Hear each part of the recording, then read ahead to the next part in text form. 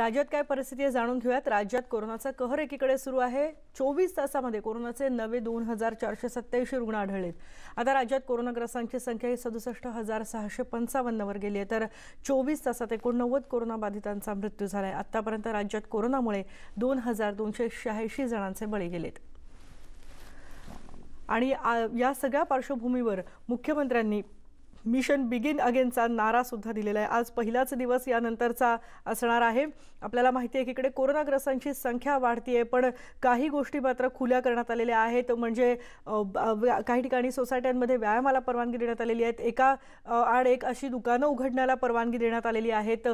अनेक महत्त्वाच्या गोष्टी सुद्धा सुरू करण्यात आलेल्या आहेत। शाळा, कॉलेजेस, मॉल्स अर्थातच बंद राहणार आहेत, पण दुकानं सुरू राहतील ही खूप मोठी महत्त्वाची गोष्ट असणार आहे। आणि त्यानंतर आटोक्यात रुग्णसंख्या आणण्यासाठी काय काय प्रयत्न केले जातात हे देखील मुख्यमंत्र्यांनी काल सांगितलेलं आहे। पण आत्ताची जी महत्त्वाची घडामोड आहे ती म्हणजे कोरोनाग्रस्तांची संख्या जरी वाढत असली तरी मिशन बिगिन अगेनचा नारा मुख्यमंत्र्यांनी दिलाय, त्यामुळे त्यानंतरचा आजचा पहिलाच दिवस असणार आहे।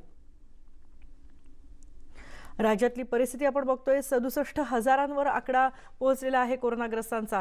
आपल्या सोबत आहेत आमचे प्रतिनिधी प्रफुल्ल साळुंखे। प्रफुल्ल, 67,000च्या पेक्षा जास्त संख्या झाली आहे राज्यामध्ये रुग्णांची, आणि दुसरीकडे आजपासून मिशन बिगिन अगेन पुनश्च हरिओमचा नारा देण्यात आलेला आहे। आत्ताची काय परिस्थिती आहे एकूण आकडेवारीबद्दलची, आणि या नव्या मिशनबद्दल काय सांगशील, कारण आजचा हा पहिलाच दिवस असणार आहे।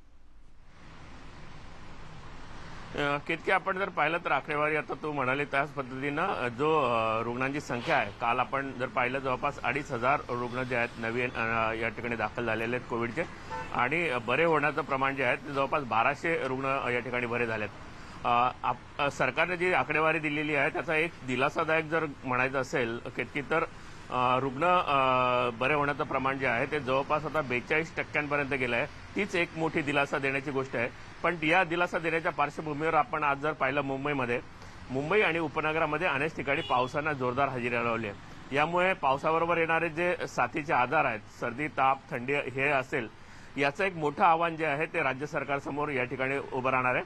कारण दरवर्षी येणारी ही साथ आणि त्याचबरोबर कोविड अशा दोन वेगवेगळे पेशंट जे आहेत त्याची लक्षणं जी आहेत ती सारखी आहेत। अशा परिस्थितीमध्ये या दोघांचं वेगवेगळं कसं करायचं, हा सर्वात मोठा जो प्रश्न आहे तो राज्य सरकारला या ठिकाणी भेडसावणार असल्याचं स्पष्ट दिसतंय। आणि तू म्हणाली की ज्या पद्धतीने काल नवीन जे धोरण आलेलं आहे की लॉकडाऊन जो 5वा या ठिकाणी आहे, पण खऱ्या अर्थानं अनलॉक 1 ज्याला आपण म्हणू शकतो तो राज्यासाठी जरी असला महत्वाचा, पण मुंबई, ठाणे, पुणे आणि हा जो परिसर आहे कंटेनमेंट झोन, त्याला याचा फारसा काही दिलासा मिळेल असं वाटत नाहीये। कारण या ठिकाणी जी बंदी पूर्वी देखील होती ती अजूनही कायम आहे। कितके धन्यवाद प्रफुल्ल या सगळ्या महत्त्वाच्या माहितीबद्दल। आणि यानंतर आपण पुन्हा एक ब्रेक घेतोय, ब्रेकनंतर परत भेटूयात।